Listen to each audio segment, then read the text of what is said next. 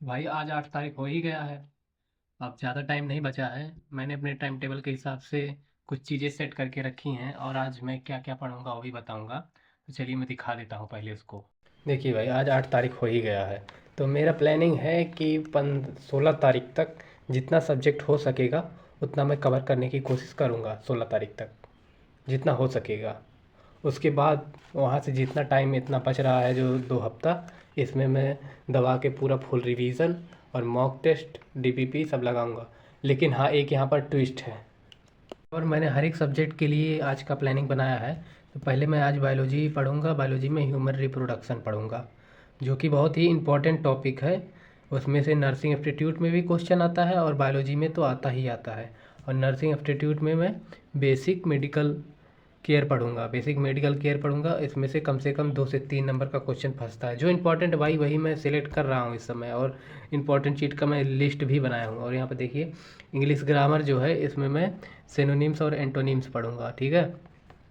और जो यहाँ पर केमिस्ट्री है, केमिस्ट्री में मैं एमसीक्यू प्रैक्टिस करूँगा और फिजिक्स में भी एमसीक्यू प्रैक्टिस करूँगा, क्योंकि भाई अब इतना टाइम नहीं बचा है कि कवर किया जा सके। आप लोग सोच रहे हैं कि मेरा पूरा सिलेबस तैयार है, लेकिन भाई मेरा पूरा सिलेबस नहीं तैयार है। ज़्यादा से ज़्यादा 2-3 चैप्टर हर एक सब्जेक्ट में तैयार है और ज़्यादा मैं भी तैयार नहीं कर पाया हूँ।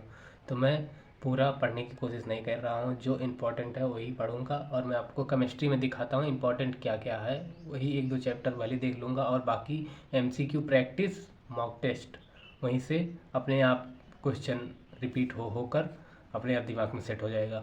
क्लासिफिकेशन ऑफ पीरियोडिक टेबल, मतलब एलिमेंट में पीरियोडिक टेबल में क्लासिफिकेशन करने वाला। और उष्मागतिकी, इसमें भी थर्मोडायनेमिक्स तैयार कर लेना। इलेक्ट्रिक चार्ज और रेडॉक्स रिएक्शन, ये सब भाई आपको वन शॉट में ही मिलेगा। वन शॉट क्लासेस चल रही हैं विजय एजुकेशन में, वहीं से देख लेना। अगर क्लास ले रहे हो तो यूट्यूब पे भी एमसीक्यू क्लास चल रही है और यहाँ से देख लीजिए। केमिकल बॉन्डिंग एंड मॉलिक्यूलर, ये भी तैयार कर लेना। Molecular structure, alcohol, alcohol phenyl ether और aldehyde ketone and carboxylic acid, ये भी इम्पॉर्टेंट है।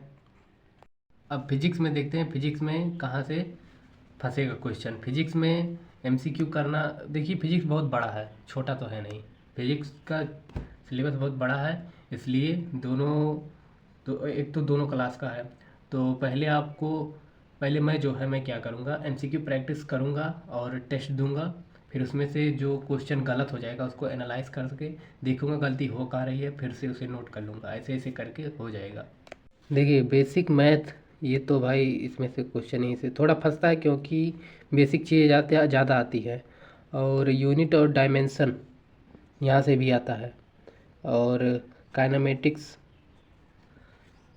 और यहाँ से आता है वर्क एनर्जी पावर। ये तो भाई बहुत मेन चैप्टर है, इसको भाई रिपीट कर लेना, रिवीजन कर लेना। ना तैयार हो तो भाई फिर से देख लेना, क्योंकि वन शॉट ऐप में वन शॉट क्लासेस चल रही हैं, ठीक है। और वहाँ से उसको ज़्यादा से ज़्यादा 2 क्लास में पूरा हो जाएगा। और ग्रेविटी, ग्रेविटी है उतना नहीं, बाकी आप अपने हिसाब से देख लीजिएगा, क्योंकि ज़्यादा टाइम बचा नहीं। आपको मैंने कैलेंडर दिखाया ही, उसमें ज़्यादा दिन बचा नहीं है।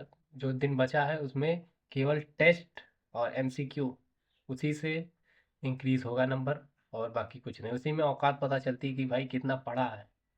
और भाई 12th का हम देखते हैं, इसमें आप लोग ये तैयार कर लीजिएगा, रे ऑप्टिक्स और वेव ऑप्टिक्स, इसमें से आएगा, मतलब प्रकाश वाले चैप्टर से।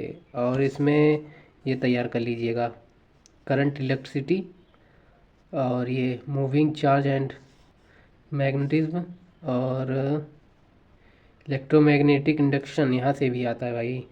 और ये दोनों तो है ही, करंट इलेक्ट्रिसिटी ये सब।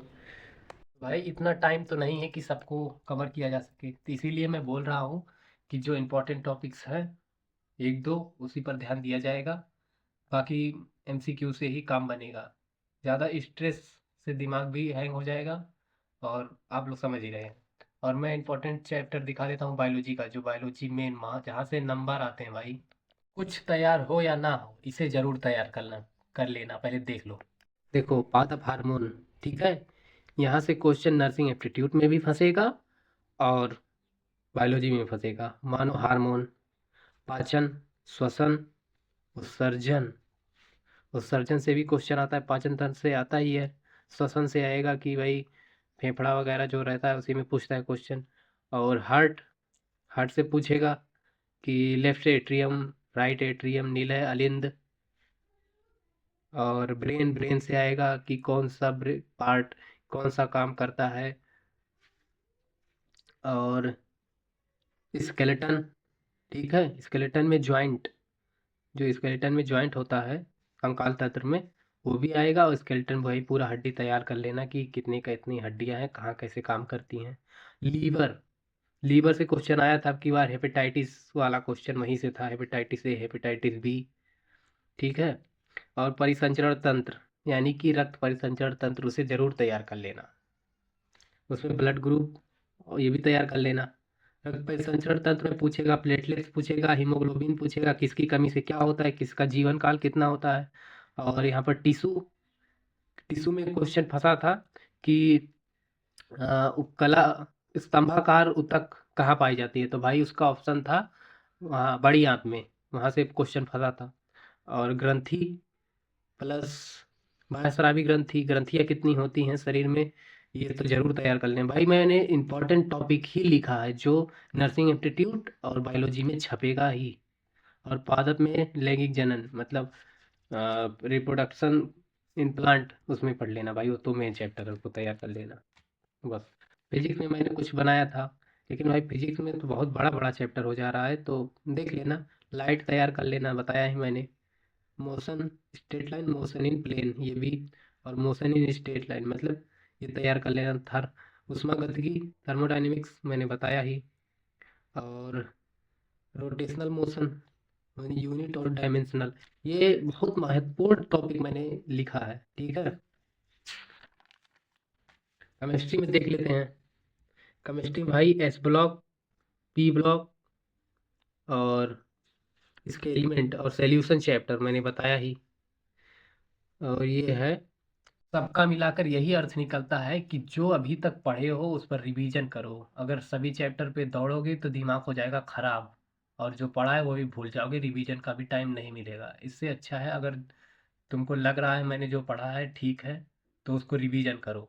अगर लग रहा है मैंने कुछ नहीं पढ़ा है, तो जितना टॉपिक बताया उतना ही तैयार कर लेना। एक एक वीडियो का है, कोई ज़रूरी नहीं कि ऐसे ही देखो। मैंने खान सर का वीडियो देखा था, वो बहुत अच्छे से समझाए थे। और बायोलॉजी में मेरा कितना मार्क्स आया था 2025 में, हर सब्जेक्ट में, मैं वो भी दिखाता हूँ आपको रिजल्ट अपना। ये देखो मैंने चिपकाया है सब लिख कर, कितना मार्क्स आया था 2025 में, मतलब 24 लिखा है, 24 में स्टडी किया था, 25 में पेपर था। तो देखो केमिस्ट्री में मेरा 9 मार्क्स आया था, ठीक है। और फिजिक्स में 6 नंबर आया था। और नर्सिंग इंस्टीट्यूट में 15 आया था भाई। नर्सिंग इंस्टीट्यूट मैंने ज़्यादा पढ़ा भी नहीं था, लेकिन क्वेश्चन फंस गया था। मतलब जनरल साइंस की तरह रहता है ना, जैसे आप लोग जनरल साइंस जानते होंगे और बायोलॉजी अच्छे से पढ़े होंगे तो। और इंग्लिश ग्रामर में 8 मार्क्स आया था। इंग्लिश ग्रामर मैंने कुछ नहीं पढ़ा था, इसमें तुक्का लगा के चला आया था, मैंने ये भी उम्मीद नहीं की थी। अगली बार कह रहा हूँ ना, ज़्यादा तैयारी नहीं थी। और बायोलॉजी में देखिए 14 मार्क्स आया था, और सब मिला के 52 नंबर बना था मेरा। तो मेरा क्या अब की वाला टारगेट देख लीजिए, 20-20 का इसमें टारगेट बनाया है। और नर्सिंग एप्टीट्यूड में 23 का, सबसे ज़्यादा नंबर यहीं से फ्री का मिलता है। और इंग्लिश ग्रामर में कम से कम भाई 20 तो लाना पड़ेगा। और इसमें भी लगभग 20-22 प्लस लाना पड़ेगा बायोलॉजी में, तब जाके 106 नंबर बनेगा। अगर आप लोग 106 नहीं ला पाते, इसका कम से कम 15-15 सब मिला दें, फिर भी 80, 70-80 नंबर बन जाएगा। भाई आप लोग ओवर थिंकिंग मत करिएगा। मेरे साथ बहुत ओवर थिंकिंग हो रहा था, तब फिर मैंने सोल्यूशन निकाला कि ऐसे कुछ होने वाला नहीं है। तो एमसीक्यू प्रैक्टिस फिजिक्स केमिस्ट्री का जो होगा देखा जाएगा। और फिर उसके बाद बायोलॉजी, बायोलॉजी में जो चैप्टर छूटा हुआ है उसको मैं देख लूँगा। मुझे लगता है, जो आपको अगर लगता है कि आप कवर कर सकते हैं तो करिए। अगर आपको नहीं लगता तो उसका एमसीक्यू प्रैक्टिस करिए और टेस्ट दीजिए बस, और कुछ मत करिए, बस रिवीजन करिए जो तैयार है। मैं तो भाई बायोलॉजी और नर्सिंग एप्टीट्यूड मुझे लगता है मैं तैयार कर लूँगा, और केमिस्ट्री भी। और हाँ, केवल 16 तारीख तक टारगेट बनाया हूँ, उसके पीछे उसके आगे मैं बिल्कुल नहीं बढ़ूंगा। ये टाइमिंग मेरा रिवीजन और एमसीक्यू प्रैक्टिस का होगा। इधर भी करूँगा, लेकिन इधर कोई भी चैप्टर नहीं छूँगा इस तारीख में, क्योंकि 5-6 जून को, 6 जून को जो है पेपर है। आप लोग तो जानते ही हैं 6 जून को। तो इसलिए अभी जितना टाइम बचा है, जो जो बताया वही करिए, ज़्यादा टेंशन मत लीजिए। बाकी धन्यवाद।